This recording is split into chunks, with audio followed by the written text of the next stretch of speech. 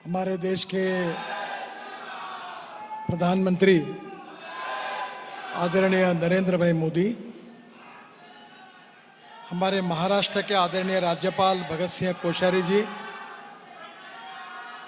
हमारे मुख्यमंत्री आदरणीय उद्धव ठाकरे जी, हमारे विभाग के राज्य मंत्री आदरणीय डॉक्टर वीके सिंह जी,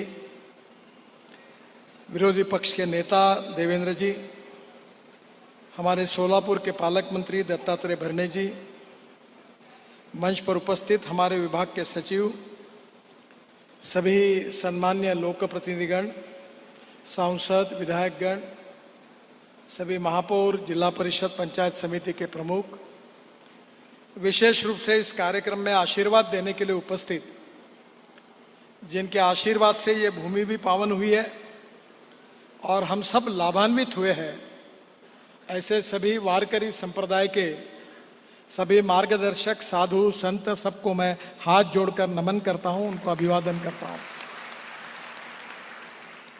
हमारा पंढरपुर ये संतों की भूमि है। केवल पंढरपुर नहीं तो महाराष्ट्र ये एक साधु संतों की भूमि है और हमारे साहित्य, संस्कृति, कला, महाराष्ट्र में हमारे संतों का बहुत बड़ा योगदान है। और इस संतों के लिए एक महत्वपूर्ण बात अगर कोई है तो पंढरपुर ये विशेष प्रेरणा का स्थान है। और मुझे बहुत खुशी हुई है कि आज पंढरपुर में 4 बार यात्रा होती है। आषाढ़ की यात्रा में लाखों लोग आते हैं और मैं बहुत भाग्यवान हूं कि ये जो पालकी मार्ग है, जहां से पैदल पैर में जूते भी नहीं होते, ऐसे हमारे वारकरी बंधु और बहनें सब बेचारे पैदल यहाँ आते हैं।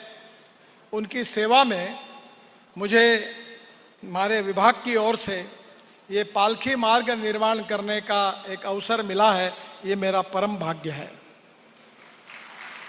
मुझे याद है कि जब हमारी सरकार आई तो प्रधानमंत्री जी ने हमारी सभी विभागों का एक बार रिव्यू किया था और उसमें उन्होंने विशेष रूप से ये सूचना की थी कि हमारे देश में जहां लाखों करोड़ों लोग विशेष रूप से हमारे यहाँ हमारे तीर्थाटन के लिए जाते हैं, वहाँ एक प्रकार से वो तीर्थ क्षेत्र हमारी संस्कृति और इतिहास की विरासत है। एक प्रकार से श्रद्धा से जाते हैं। वहाँ जाने वाले रोड अच्छे होने चाहिए, वहाँ साफ सफाई की व्यवस्था होनी चाहिए, वहाँ के विशेष रूप से टॉयलेट अच्छे होने चाहिए। इस बात के लिए उन्होंने विशेष रूप से आग्रह रखा और उन्हीं के मार्गदर्शन में इस सांस्कृतिक विरासत को मजबूत करने के लिए हमने भारतमाला परियोजना में माँ वैष्णो देवी, हमारा स्वर्ण मंदिर जो अमृतसर में है, कुरुक्षेत्र, ऋषिकेश, हरिद्वार से लेकर हमारी 4 धाम के पूरे जो तीर्थाटन के प्रमुख स्थल हैं, बोध गया, जहाँ बुद्ध सर्किट के रूप में, पुष्कर, भुवनेश्वर, पुरी, श्रीगिरी, मदुरई, सब जगह पर हमने इसी प्रकार से योजना बनाई और करीब 50 धार्मिक स्थल जो थे वो भारतमाला परियोजना में समाविष्ट किए थे। ये जो 4 धाम बद्रीनाथ, केदारनाथ, गंगोत्री, यमुनोत्री की जो यात्रा होती है, हम करीब हमारे प्रधानमंत्री जी के मार्गदर्शन में करीब 12,070 करोड़ रुपए खर्चा करके हम करीब 673 किलोमीटर ये काम ऑलरेडी पूरे हुए आए हैं और बाकी जो है टोटल 827 किलोमीटर वो भी काम सुप्रीम कोर्ट की अनुमति मिलने के बाद तुरंत शुरू होंगे। और आप सब लोग साल भर कभी भी बद्रीनाथ, केदारनाथ और गंगोत्री और यमुनोत्री जा सकेंगे, ऐसी व्यवस्था हुई है। ये 4 धाम के साथ साथ अयोध्या हमारा श्रद्धा स्थान है। राम गमन मार्ग जो है करीब 250 किलोमीटर का, अयोध्या से चित्रकूट, फैजाबाद, सुल्तानपुर, प्रतापगढ़, मोहनगंज, मुरादगंज, राजापुर और चित्रकूट, ये भी हमने लगभग इसका भी काम शुरू किया है। इसके साथ राम जानकी मार्ग जो है वो उत्तर प्रदेश में अयोध्या से नेपाल में जो जनकपुर है, जहाँ माँ सीता का जन्म हुआ था, वहाँ तक का मार्ग भी हम बना रहे हैं और करीब 2000 करोड़ रुपए खर्चा करके वो भी काम कर रहे हैं। जो बुद्धिस्ट सर्किट है भगवान गौतम बुद्ध का, विशेष रूप से पूरे दुनिया से यहाँ लोग आते हैं। बिहार में बोध गया, वैशाली, राजगीर भी काम शुरू किया है। इसके साथ राम जानकी मार्ग जो है वो उत्तर प्रदेश में अयोध्या से नेपाल में जो जनकपुर है जहां मां सीता का जन्म हुआ था वहां तक का मार्ग भी हम बना रहे हैं और करीब 2000 करोड़ रुपए खर्चा करके वो भी काम कर रहे हैं। जो बुद्धिस्ट सर्किट है भगवान गौतम बुद्ध का, विशेष रूप से पूरे दुनिया से यहाँ लोग आते हैं। बिहार में बोध गया, वैशाली, राजगीर, वाराणसी, मथिल, हमारे राज्य मंत्री अभी वहां तक जाकर आए हैं और नेपाल से लेकर चाइना की सीमा तक, मानस सरोवर तक हिंदुस्तान से हम जल्दी ही जा सकेंगे, ऐसे मार्ग भी बनाने का काम जोरों में शुरू है।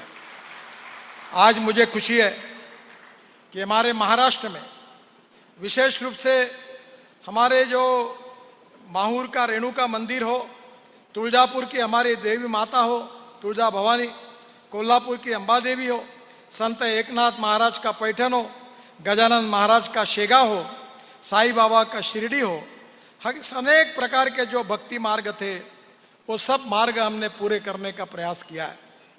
आज मुझे खुशी है कि महाराष्ट्र में सबसे महत्वपूर्ण ये भक्ति मार्ग संत ज्ञानेश्वर महाराज पालकी मार्ग और संत तुकाराम महाराज पालकी मार्ग, ये दोनों प्रमुख मार्गों का भूमि पूजन हमारे देश के प्रधानमंत्री आदरणीय नरेंद्र मोदी जी के हस्ते होने वाला है। इसकी मुझे बहुत खुशी भी है और विशेष रूप से उन्होंने इस कार्यक्रम के लिए समय दिया है, इसलिए मैं उनके प्रति आभार भी व्यक्त करता हूं। जो ज्ञानेश्वर पालकी मार्ग है उसकी लेंथ 221 किलोमीटर है और उसका खर्चा 7000 करोड़ रुपए है। जो 5 पैकेज थे उसमें से 4 पैकेज में काम शुरू हो गया है और बाकी 1 पैकेज का काम का टेंडर आ गया है। ये भी काम जल्दी शुरू हो जाएगा। अगले साल में निश्चित रूप से 1-1.25 साल के अंदर इस मार्ग को आपके आशीर्वाद से, संतों के आशीर्वाद से पूरा करने की हम भरकस कोशिश करेंगे, ये मैं विश्वास आपको देना चाहता हूँ। संत तुकाराम महाराज पालकी मार्ग ये 130 किलोमीटर है। इसकी कीमत करीब 5000 करोड़ रुपए है। उसमें 3 पैकेज है और आज इसका भी भूमि पूजन होकर उसके भी सब कामों की शुरुआत हो जाएगी।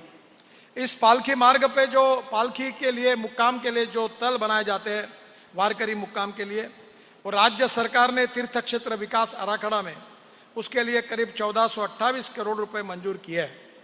आज मुख्यमंत्री यहाँ उपस्थित है। मेरा उनसे अनुरोध है कि रोड का काम तो हम कर रहे हैं, पर ये जो पालकी के लिए जो तल है, जो व्यवस्था है, उस काम में अगर आपने ऑलरेडी उसको मंजूर भी किया है राज्य सरकार ने, अगर उसका भी हो जाएगा तो निश्चित रूप से हमारे पालकी मार्ग पर जो वारकरी बंधु आते हैं उनको बहुत बड़ा उसके कारण सुविधा मिलेगी। इसका वो जरूर विचार करेंगे, ऐसा मुझे विश्वास है। आज प्रधानमंत्री के हाथ से जो लोकार्पण हो रहा है वो भी 5 प्रकल्प 223 किलोमीटर के हैं और करीब 1200 करोड़ रुपए उसकी कीमत है। मुझे बहुत खुशी है कि ये जो रोड है ये संत गोंदवलेकर महाराज इनका पालकी मार्ग, संत सावड़ा माई पालकी मार्ग, संत एकनाथ महाराज पालकी मार्ग और संत गजानन महाराज पालकी मार्ग जब पंढरपुर में आते हैं उनको, उन वारकरियों के लिए इसका विशेष रूप से उपयोग होगा। पालकी मार्ग बनाते समय हम ये कोशिश कर रहे हैं कि रोड के बाजू में जहाँ से हमारे वारकरी चलेंगे तो कभी कभी धूप के दिनों में पैरों में जूते कोई रखते नहीं है, तो इसीलिए उसके बीच में टाइल्स होगी, उसमें गवत होगा, घास होगी, जिसके कारण उष्णता, कोई तकलीफ हमारे वारकरी बंधु को नहीं होगी। मैं महाराष्ट्र सरकार को अनुरोध करूंगा कि ये विशेष रूप से रोड साइड एमिनिटीज भी हम बनाने वाले हैं। आपके सहयोग से कुछ काम में हम भी मदद करने की कोशिश करेंगे। एक संयुक्त मीटिंग लेकर महाराष्ट्र सरकार में भी उसमें जो भी सहयोग होगा वो निश्चित रूप से हम करेंगे। मुझे यहाँ के विधायक और बाकी लोगों ने मांग की थी कि वाखरी से पंढरपुर ये लांबी जो है बाईपास के कारण वो ड्रॉप की गई थी, पर मंदिर तक वो रोड अगर वैसा ही रहेगा तो पालकी मार्ग को कोई अर्थ नहीं रहेगा। इसलिए वाखरी से पंढरपुर ये 4 से 6 806 किलोमीटर का जो लंबाई है उसको भी इस प्रोजेक्ट में लेकर रेलवे के पुल को भी सुधार करते हुए करीब 74 कोटि रुपए 74 करोड़ रुपीस लगाकर ये भी काम हम निश्चित रूप से पूरा करके देंगे। ये विश्वास आप सबको देता हूँ।